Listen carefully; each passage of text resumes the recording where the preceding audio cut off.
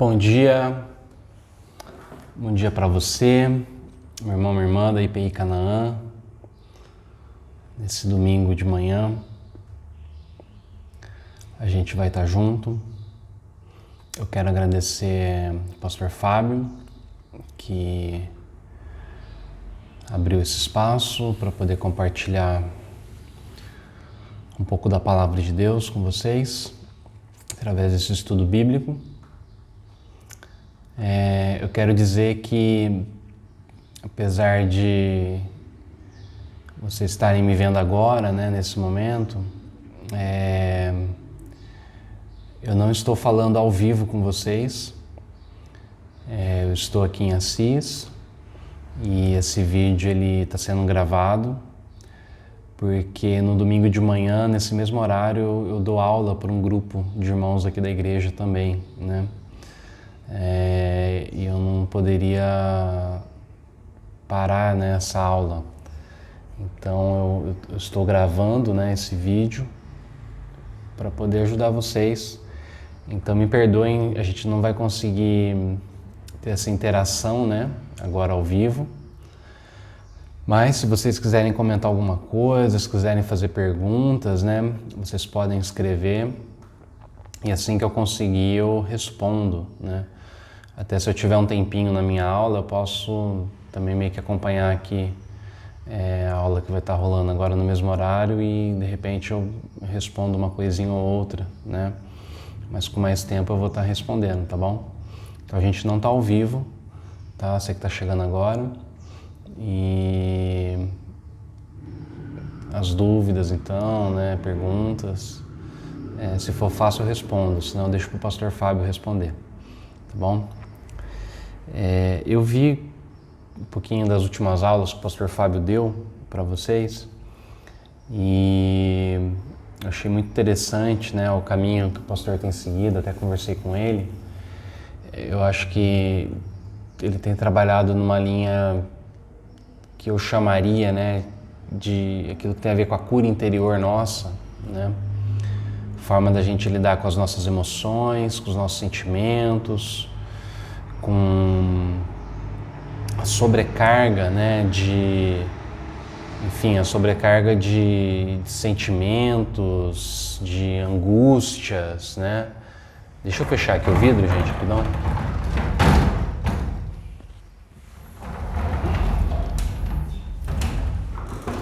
Pronto, eu tô no centro aqui da cidade, às vezes passa um caminhão, é muito barulhento.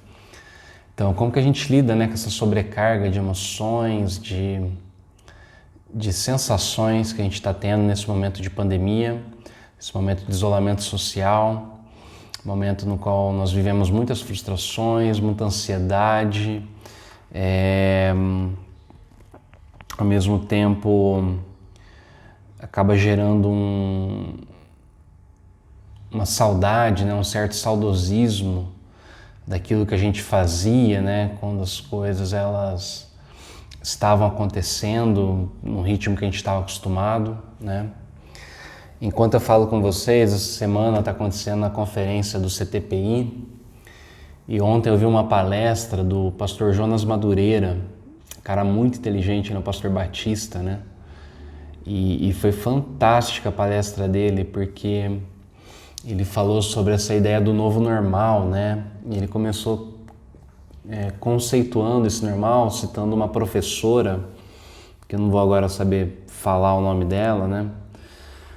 Mas essa professora ela disse que o novo normal é a nossa tentativa de sistematizar as coisas de uma forma tal que a gente consiga sobreviver, né? Ou seja, o novo normal é a nossa tentativa de organizar o caos que a gente está vivendo. Mas a palavra do Jonas foi muito boa porque ele disse assim que na verdade, ele cita o Santo Agostinho, né? Lembrando que Santo Agostinho escreve no momento ali que o Império Romano está sendo tomado, né, pelos bárbaros e a cidade de Roma está caindo e o mundo que ele conhece está se acabando, né? E as pessoas começam a se lamentar e começam a crescerem as culpas, né, as acusações. E Agostinho faz uma reflexão que ele diz que, na verdade, nesse mundo caído que a gente vive, os mundos eles vivem se acabando, eles vivem chegando ao seu final, mas a gente tem a ilusão, né, de que os nossos muros, de que as nossas sistematizações, né, as nossas seguranças, elas são capazes de manter as coisas no lugar, né, tudo certinho. A gente esquece que essas coisas elas passam, né? A gente esquece que a gente está sempre diante de um colapso, diante de algo que acabe com a nossa estabilidade, né? Como, por exemplo, uma epidemia, que já aconteceu muitas vezes, como, por exemplo, uma guerra, os aviões, né, do 11 de setembro. Quem que poderia imaginar, né, que alguém iria atacar os Estados Unidos, né? E no entanto, aconteceu, né? Então, quando a gente vê o mundo que a gente conhece colapsando, se acabando, né, se desmanchando diante dos nossos olhos, tudo isso gera muita insegurança, né? E a palavra do Madureira foi o seguinte, essa ideia do novo normal, na verdade, é a velha história que a gente conta pra gente mesmo de achar que a gente está no controle de alguma coisa, que a gente consegue controlar alguma coisa. E no fundo a gente não consegue controlar nada, né? E aí ele citou a carta de Tiago, né? 1 Tiago, capítulo 16, onde Tiago fala assim, não se enganem, né? Não se enganem. Então assim, a gente não pode se enganar achando que a gente tem controle de alguma coisa, achando que a gente consegue ter segurança, né, em qualquer coisa que esteja diante de nós, né? Porque nós somos o caos, né? As nossas cidades, os nossos sistemas, né, os nossos governos, nossa economia, tudo isso é a nossa tentativa de voltar para o Éden, nossa tentativa de voltar para o paraíso, né, de construir alguma segurança. Mas isso é ilusão.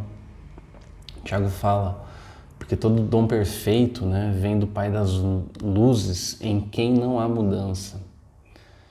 Então, essa estabilidade que a gente procura, né, essa segurança que a gente procura, ela só pode ser encontrada de fato em Deus, né? Então, gente, pensando nisso, eu quero lembrar que a nossa conversa é gravada, né? Se você está chegando agora, eu não estou falando ao vivo com vocês, né? Então, me perdoem, né, por não responder, não saber ali quem está escrevendo, mas assim que eu puder eu escrevo, né, nos comentários.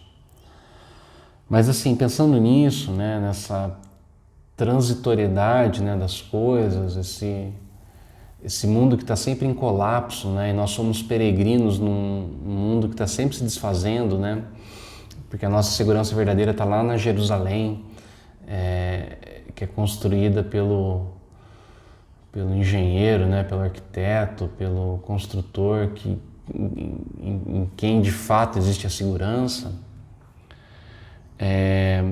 Como é que a gente faz para manter alguma saúde, né, emocional, mental? Como é que a gente controla, né, essa ansiedade? Como é que a gente se liberta dessa pressão que a gente tem, né, de ter que dar conta de tudo, de ter que resolver tudo, né? Então, pensando nisso, eu queria refletir um pouquinho com vocês nessa ideia de que essa dificuldade que a gente tem de viver o hoje, né? De viver o presente, de viver o momento, é uma das coisas que fazem a gente sofrer e que fazem a gente acabar ficando doente, tá? Os monges antigos, os primeiros monges que existiram, que foram os pais do deserto, eles são os discípulos dos discípulos, né, de Jesus. Eles viveram no 3º século, 4º século, e são caras que veem também a cidade, né, se corrompendo, né, eles veem a cidade se deteriorando, eles vão para o deserto na tentativa de ter mais tempo com Deus, de ter mais intimidade com Deus, né? E desse movimento então monástico, né, nasce uma tradição que faz parte da igreja cristã, na verdade, que é essa tradição mais contemplativa, essa tradição que busca gastar tempo na presença de Deus, né?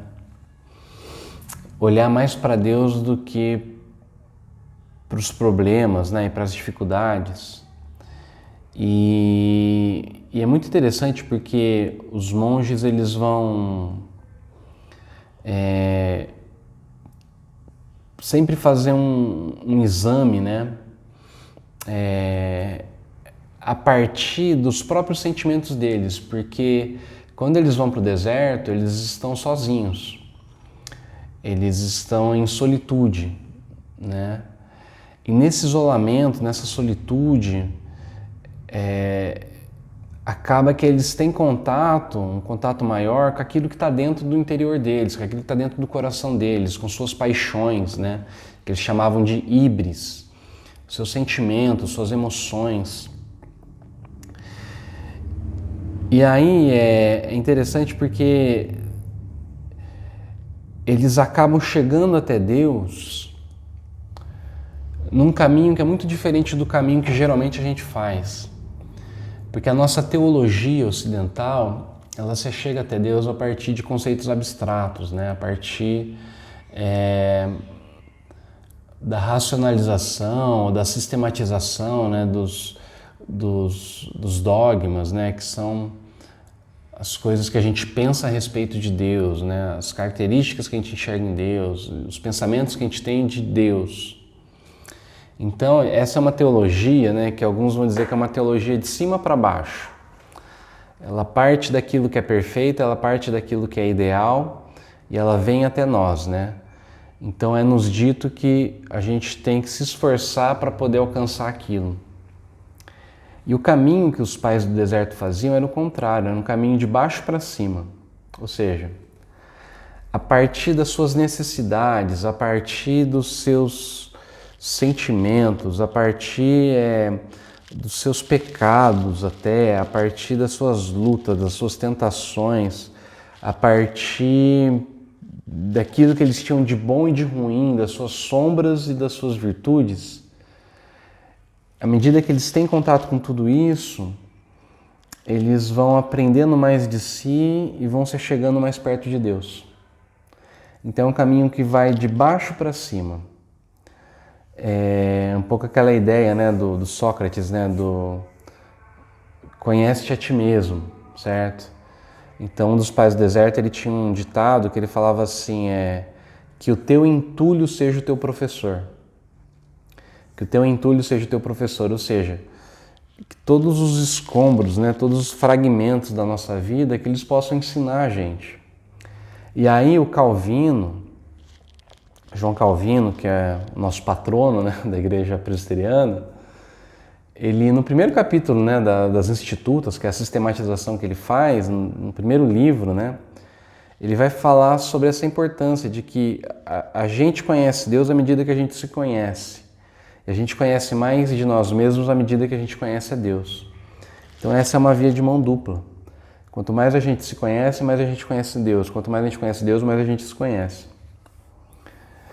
E me parece que é muito dessa noção que os monges antigos tinham. Nesse sentido, então, um desses monges, chamado Evagrio Póntico, ele foi o primeiro cara que fez uma sistematização dos pecados, né?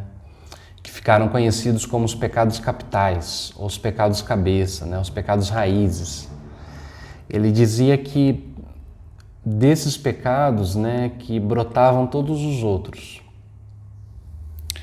E o Evagrio, como ele era um cara que tinha uma formação grega, né, meio que filosófica grega, então assim, ele faz uma sistematização dentro de... como é que eu posso dizer? Uma teoria, né, que havia dentro ali da filosofia grega, onde ele enxerga o ser humano, né, a partir do corpo, da alma e do espírito. Então, para cada uma dessas esferas daquilo que é o ser humano, corpo, alma e espírito, o Evagrio ele identifica 3 pecados, né, que são ligados a cada uma dessas esferas, tá? Então, deixa eu até ver aqui se eu acho. Eu tenho um livrinho aqui de um monge que fala um pouco disso, né?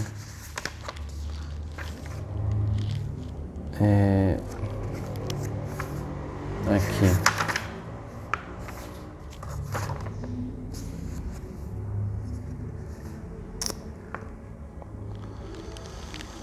Então, olha só.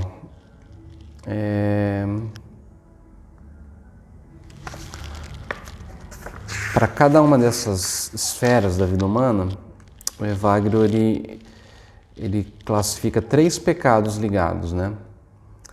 Então,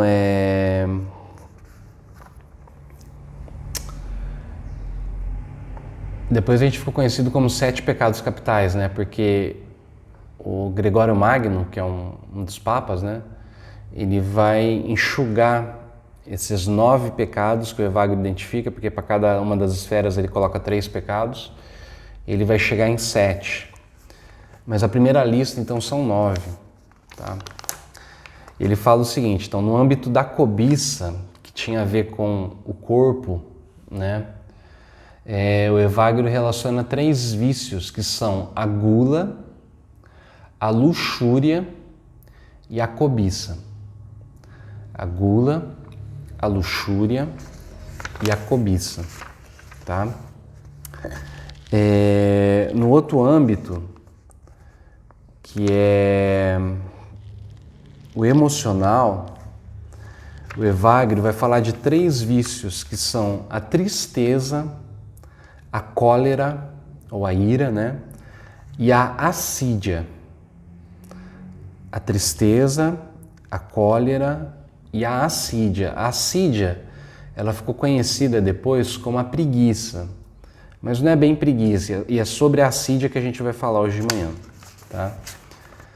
E na terceira parte, que são os vícios que são ligados ao espírito, né, ao espiritual, ele vai falar da ambição, da inveja e da soberba. A ambição, a inveja e a soberba. Mas o que eu queria conversar com vocês hoje é sobre a assídia, tá? Então, esse monge que eu estou citando aqui, que é o Anselm Grun, né? Ele é um beneditino alemão. Então ele fala assim: os monges antigos chamavam de assídia ou ascedia essa atitude de agitação. O que é essa assídia? É uma atitude de agitação, uma agitação interna. É a incapacidade de viver o momento. Assídia é a recusa a dedicar-se ao que acontece no momento. São as pessoas que se lamentam porque têm muito trabalho. Quando trabalham, gostariam de estar de férias, mas quando estão em férias, sentem tédio e gostariam de voltar ao trabalho. Então o que é a assídia? A assídia é a pessoa que nunca está satisfeita naquilo que ela está vivendo dentro do momento presente, né? Ela está sempre agitada, ela está sempre em outro lugar, ela está sempre vivendo uma coisa diferente, né?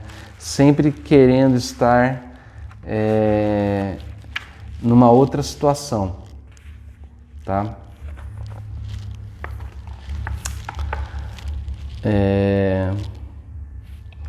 Eu vou ler aqui de um outro livro, né, que é esse livro que eu estava olhando aqui, né?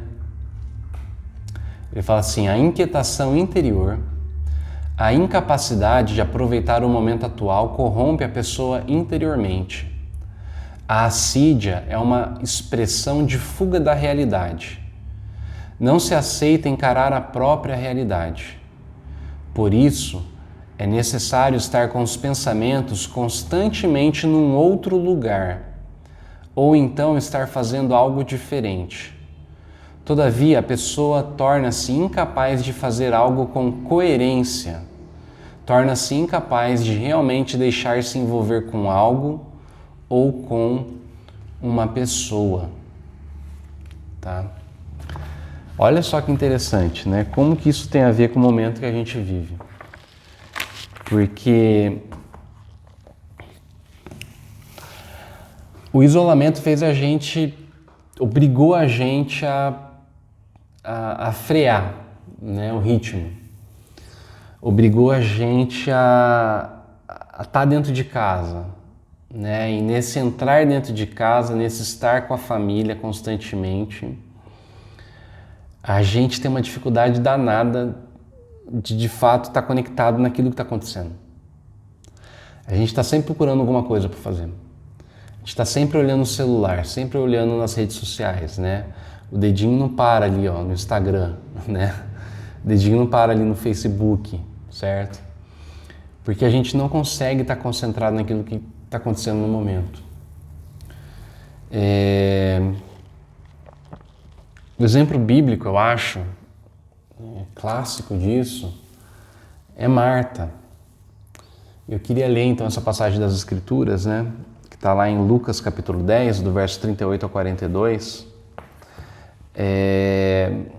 onde descreve para a gente a visita que Jesus faz para Marta e para Maria. Então, Lucas 10, do 38 ao 42, diz assim: Jesus prosseguiu viagem e entrou numa cidade. Uma mulher chamada Marta o recebeu em casa, deixando-o bem à vontade. Era irmã de Maria, que se assentou aos pés do Mestre e ouviu atenta a tudo o que ele dizia, enquanto Marta estava ocupada com os afazeres na cozinha. Algum tempo depois, ela os interrompeu. Mestre, o Senhor não se incomoda em saber que minha irmã deixou todo o trabalho da cozinha para mim? Mande-a me ajudar. Ele respondeu: minha querida Marta, você está fazendo tempestade em copo d'água. Está se preocupando à toa. Só uma coisa importa, e Maria a escolheu. É o prato principal. Não vou tirar isso dela. Eu queria ponderar algumas coisas, né, nessa passagem. Primeira delas, de fato, receber visita, né, sem você estar esperando é uma coisa estressante. É uma coisa que eu acho que mexe com qualquer dona de casa, né, com qualquer pessoa ali que recebe. Porque você se sente, né, na obrigação de estar tratando bem as pessoas, né, de estar acolhendo bem as pessoas. E a reclamação de Marta é uma reclamação justa. Dá a entender que ela estava atarefada, que ela estava sobrecarregada, né? E aí ela olha para a irmã dela e reclama porque a irmã não está ajudando. Só tem um detalhe nesse texto que é muito interessante, né? A reclamação de Marta, embora fosse justa,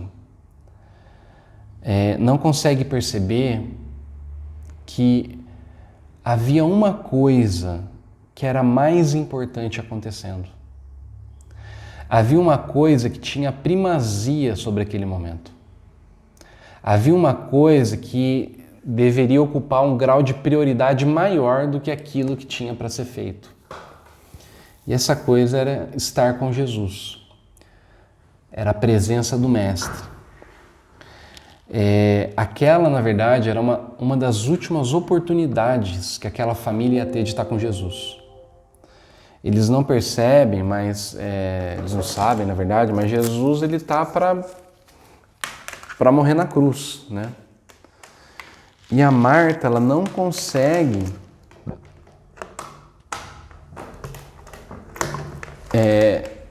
estar presente no momento presente, porque ela acaba colocando outras coisas como prioritárias sobre aquele momento e ela perde o momento. Então, assim, eu vou propor uma pequena interação aqui agora, né? Eu queria que você escrevesse aí nos comentários com quem que você se parece mais, com Marta ou com Maria?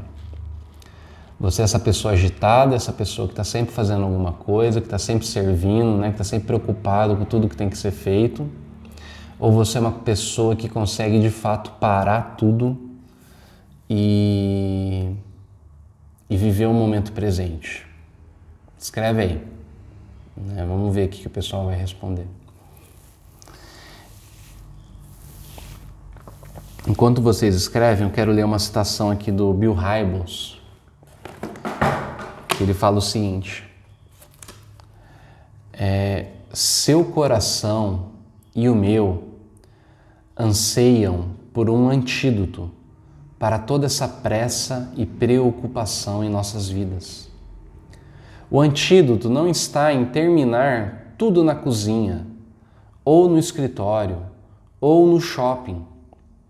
O antídoto está em deixar essas coisas, às vezes incompletas, para assentar-se com Jesus, para uma conversa sem pressa. Esse é o antídoto que a nossa alma almeja, né? Para tudo que a gente está fazendo, para gastar tempo com Jesus.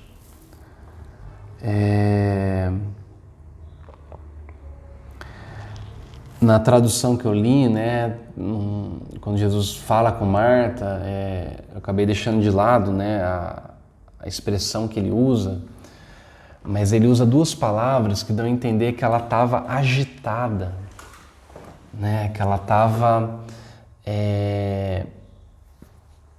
como é que fala? Sem sossego, né, e que ela estava assim preocupada. Essa agitação estava gerando preocupação no coração de Marta, né? Estava gerando ansiedade no coração dela. Não é assim que a gente vive? Qual que é o antídoto, então, né? Como é que a gente resolve isso? A gente só resolve isso se a gente conseguir colocar atenção e foco naquilo que é mais importante. Então eu queria propor uma segunda interação aqui com vocês. Eu vou falar 5 coisas que eu queria que vocês escrevessem. Qual a ordem de importância que essas coisas têm na vida de vocês? Começando da mais importante para menos importante. Então eu queria que você escrevesse aí, eu vou colocar 5 itens, eu queria que você escrevesse esses 5 itens no grau de importância que você atribui para a tua vida. Do mais importante para o menos importante. Então essas 5 coisas são amigos, saúde, trabalho, Deus e família. Eu vou repetir. Amigos, saúde, trabalho, Deus e família. Pegou aí? Mais uma vez. Amigos, saúde, trabalho, Deus e família. Qual que é o grau de importância que você dá para essas coisas? Escreve aí que eu vou esperar um pouquinho você escrever. Amigos, saúde, trabalho, Deus e família. O que é mais importante para você? Do mais importante para o menos importante.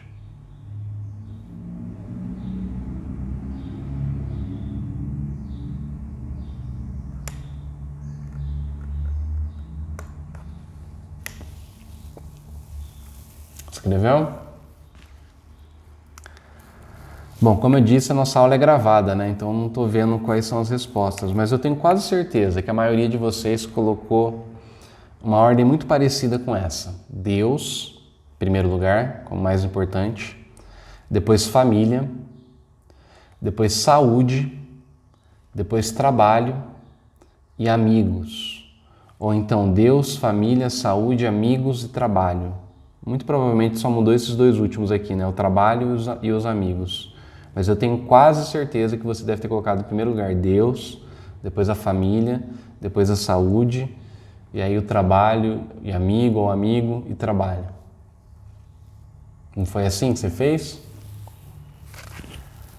Agora me responda com sinceridade.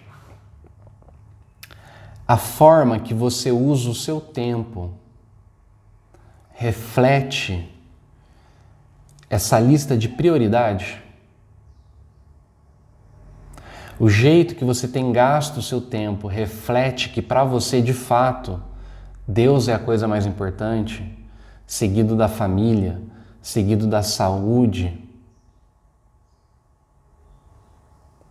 Será que a gente tem gastado, né? Será que a gente tem investido tempo nesse estar com Deus, nesse estar com a família, nesse cuidar do nosso corpo?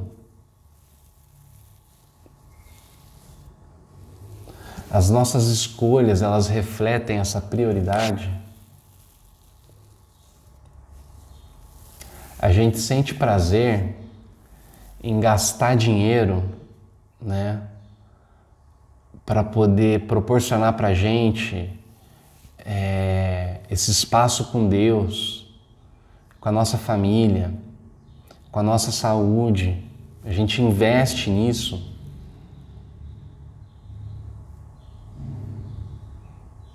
Eu acho que se a gente fizer uma análise sincera, a nossa verdadeira lista de prioridade tem a ver com trabalho, depois talvez família, amigos e por último, Deus e a nossa saúde, né? Ou a saúde e depois Deus.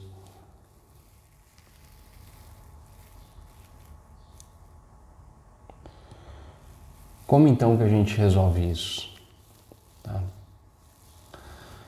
Então, gente, assim, eu falo agora como quem tem lutado para, de fato, pôr em prática, né, isso que eu vou falar para vocês. E eu confesso, assim, que eu acho que o que tem me deixado saudável até, né, e tem feito eu sobreviver nesse tempo difícil que a gente está vivendo, tem a ver com essa prática espiritual, na verdade, que eu vou sugerir para vocês, né? Que tem a ver com a tradição contemplativa. Tá? O que é essa tradição contemplativa? Tem um teólogo chamado Richard Foster que ele vai falar assim para a gente, que a contemplação tem a ver com o seguinte: resumidamente, a vida contemplativa são os olhos da alma constantemente fixos no Deus que nos ama. A vida contemplativa são os olhos da alma constantemente fixos no Deus que nos ama. Isso é a vida contemplativa. Você está com o teu olho interno, né, focado em Deus. Você manter o teu olhar em Deus. Você manter a tua esperança, você manter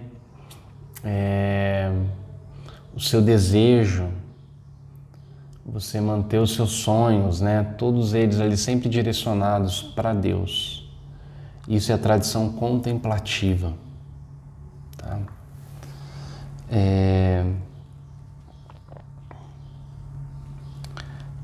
Como é que a gente vive isso? Tá? Uma das melhores formas da gente contemplar Deus é através da meditação. Tá? Meditação é um exercício espiritual, uma prática espiritual, tá? Que, para você entender bem o que é a meditação cristã, eu vou primeiro dizer aquilo que ela não é. Tá? Então, assim, em primeiro lugar, a meditação cristã, ela não tem a ver com a meditação oriental. Essa meditação que a gente ouve falar, né, ou até pratica de repente, que vem lá do yoga, né, o yoga, não sei, tá aí um dilema, né, yoga ou yoga, mas que tem a ver com essa ideia de você esvaziar a tua mente. Na meditação oriental, o objetivo é a gente esvaziar a mente. Meditação budista, né? Ela tem a ver com você se libertar daquilo que te prende, né? Então você tem que esvaziar a tua mente. A meditação cristã, ela faz o caminho contrário. Você não tenta esvaziar a tua mente, você tenta preencher tua mente.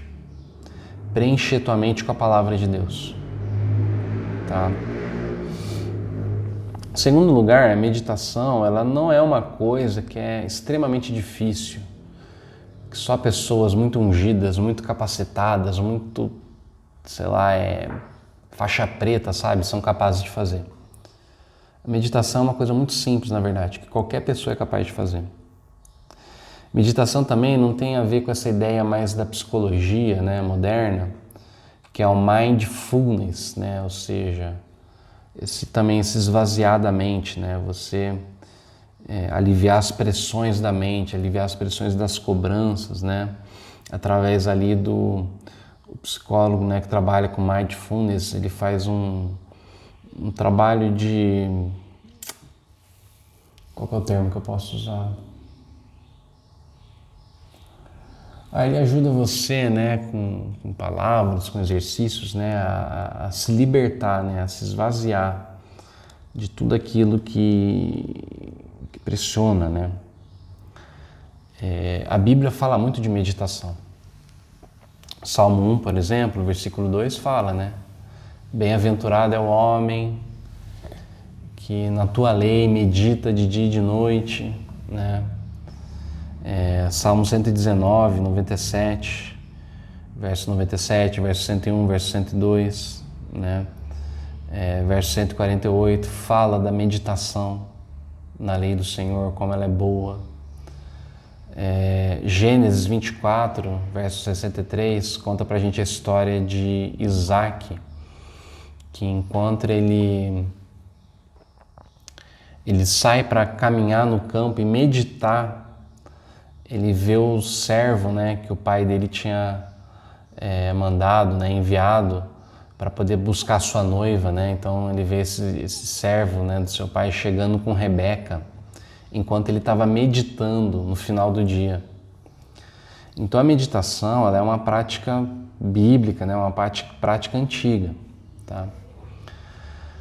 O Foster, né, que é esse cara que eu estava falando, que é o cara da espiritualidade, ele faz uma definição assim, ó, a meditação cristã, uma definição simples, é a capacidade de ouvir a voz de Deus e obedecer a sua palavra.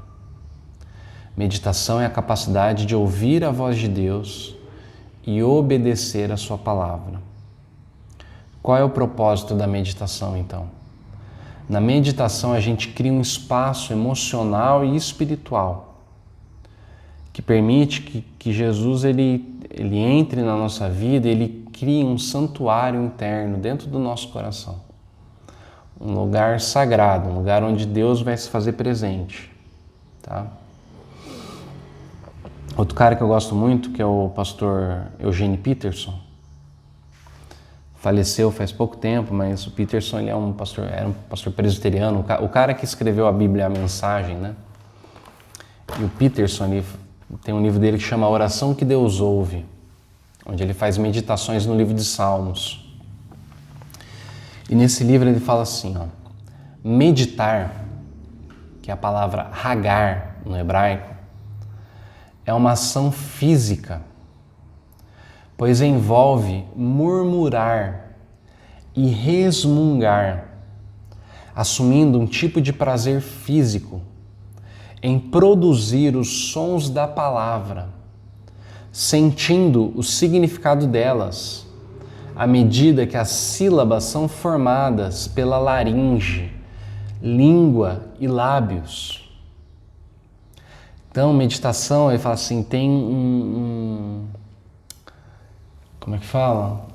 Tem um componente físico de você falar realmente, de você abrir a tua boca ali e ficar murmurando aquilo. O Peterson continua dizendo assim, Isaías usou essa palavra, meditar, para o rugido que um leão dá diante de sua presa. Está lá em Isaías 31:4. Então ele fala assim, um leão diante de sua caça e uma pessoa diante da Torá, que é a lei de Deus, agem de maneira similar. Eles murmuram e rugem em prazerosa expectativa que antecede possuir o que os tornará mais completos, fortes, ágeis e vivos. Ou seja, uma pessoa diante da lei de Deus é igual esse leão que fica, sabe o leão quando ele está lambendo os beiços, né? Rugindo ali, meio que já formando com água na boca, né, diante daquilo que ele vai devorar. Então ele continua falando assim, essa descrição é muito diferente do que apenas ler a palavra de Deus ou refletir sobre ela. Não é um processo intelectual que busca descobrir os significados, sendo mais um processo físico, onde as palavras são ouvidas repetidas vezes, enquanto as pronunciamos novamente, deixando que os sons penetrem em nossos músculos e ossos. Meditação é mastigação. Então, o que é meditação cristã? É você mastigar a palavra de Deus. É você repetir ela em voz alta várias vezes, até você tirar todo o caldinho do tutano, sabe? Até você chupar, né, esse osso, você roer esse osso, né, você tirar tudo aquilo que te deixa mais forte. Então, gente, eu queria deixar um exercício então para vocês, tá? Esse exercício é aquilo que a gente chama de Lectio Divina. O que é a Lectio Divina? Lectio Divina é uma leitura bíblica que tem muito a ver com a meditação. Na Lectio a gente lê um pequeno trecho das Escrituras. Mas a gente não lê para estudar, a gente não lê para aprender, a gente não lê para procurar informação. A gente lê para mastigar a palavra, a gente lê para deixar Deus falar com a gente lê para poder ouvir Deus falar com a gente. À medida que a gente ouve Deus falando diretamente com a gente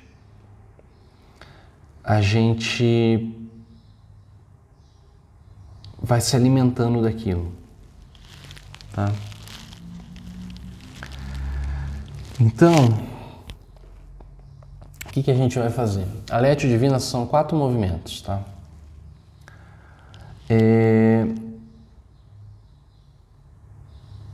O primeiro movimento é aquilo que a gente chama de leitura. Então, para você praticar Lectio, você precisa ler a palavra em voz alta, tá? Não dá para a gente fazer a Lectio simplesmente lendo para a gente mesmo, tá? A gente não consegue fazer a Lectio fazendo essa leitura só na nossa mente. Você precisa pronunciar em voz alta aquilo que você está lendo, tá? Então você vai ler 3 vezes a Bíblia, um trecho bíblico, tá bom? E nessa leitura você vai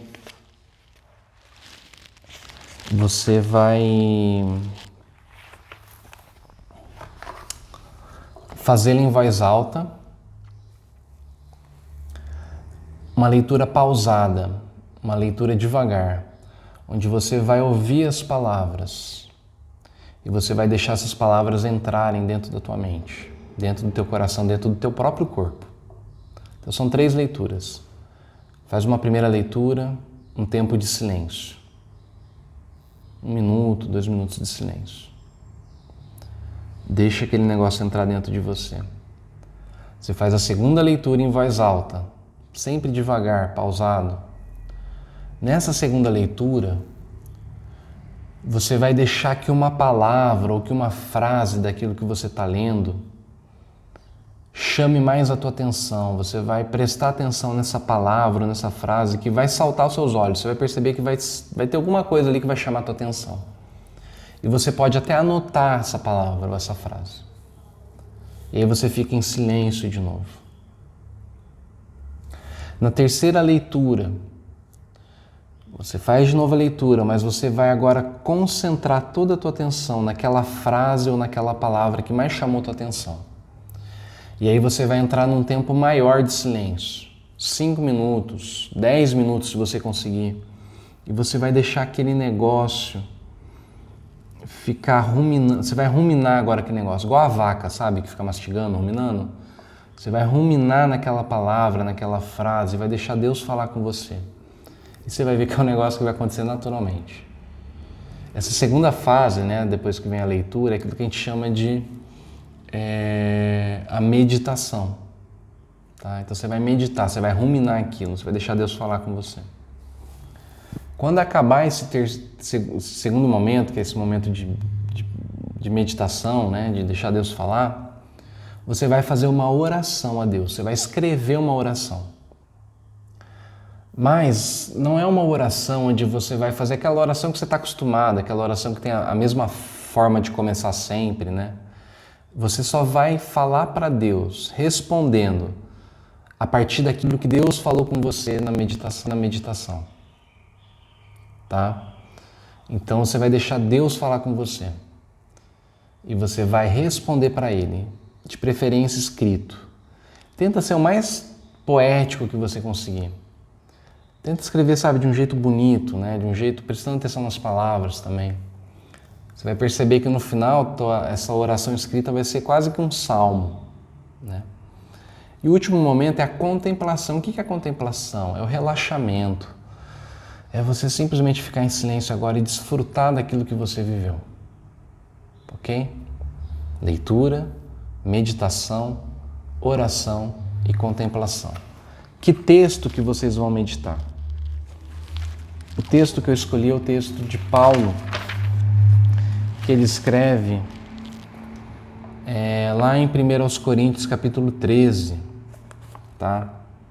Então a gente vai ler 1 Coríntios capítulo 13, do verso 4 ao verso 8, que fala do amor.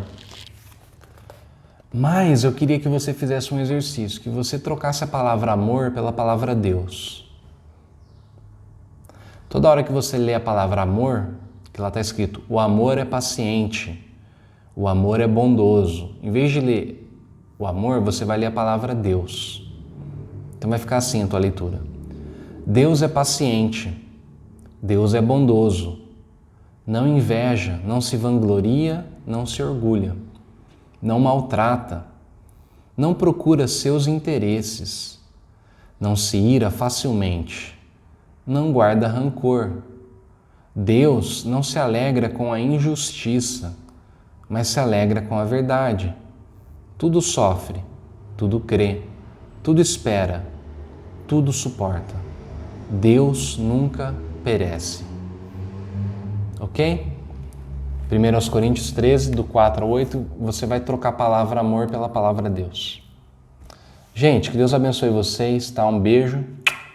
Se tiverem alguma pergunta que vocês queiram escrever, assim que eu puder eu vou responder aí nos comentários, tá bom? Fiquem com Deus. Deus abençoe vocês. Obrigado de novo pro pastor. E tenham um ótimo domingo.